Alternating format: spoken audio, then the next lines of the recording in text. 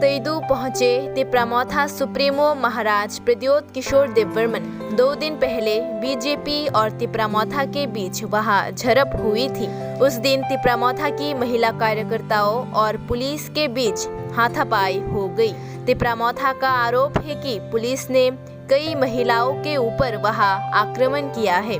बुबाग्रा तेईदू गए और पीड़ितों से बात की। बाद में उन्होंने शासक को चेतावनी दी कि आक्रमणकारी थानसा के खिलाफ थे।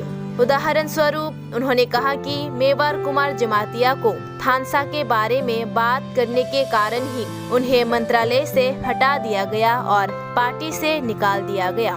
इसके अलावा जिस दिन जिष्णु कर्ता और जितेंद्र चौधरी थानसा की बात करेंगे, उसी दिन उनको भी पार्टी से हटा दिया जाएगा, बुबाग्रा ने कहा।